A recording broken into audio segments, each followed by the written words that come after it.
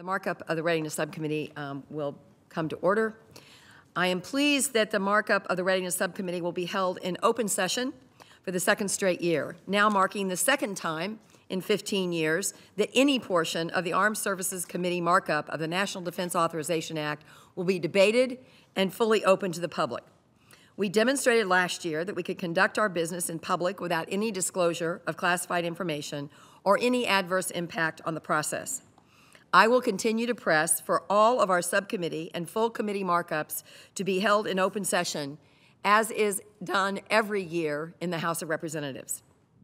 The public deserves to be able to witness, understand, and scrutinize the positions being advocated and the decisions being made by their elected leaders regarding the over $500 billion defense budget and the associated policies that impact our national defense. We continue to gain votes every year, and I firmly believe that open markups are coming. If not this year, then soon. Traditionally, the subcommittee has used the chairman's mark, the package of legislative provisions and report language that the two staffs have worked on together and that I have reviewed and approved, as a markup vehicle. The Armed Services Committee has a long-standing tradition of working on a bipartisan basis for the national defense, and I think that our working relationship has captured that spirit. Senator Ayotte and I share the goal of providing for a national defense, the strongest national defense, while looking for efficiencies and eliminating waste in the Department of Defense wherever and whenever we can. I'm proud to say that not $1 of the money that we have saved through these efficiencies will go to fund earmarks. I might note that holding the defense authorization markup in closed session has been justified, in part, by the desire to limit the influence of lobbyists who might use an open markup as an opportunity to press lawmakers to support earmarks of one kind or another. Without earmarks, this toxic motivation is gone.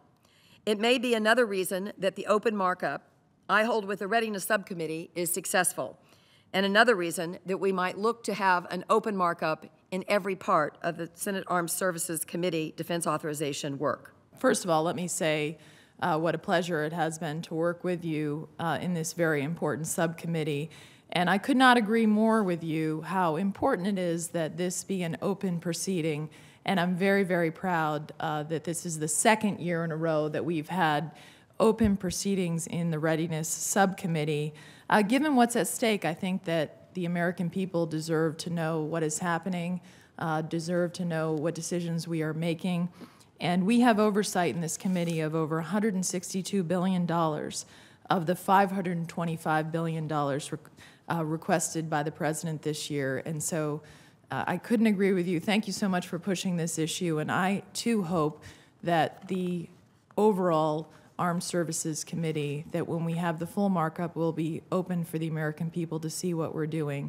I think that one of the interesting things I'll point out is, it's my understanding we have a class from the War College that is observing today.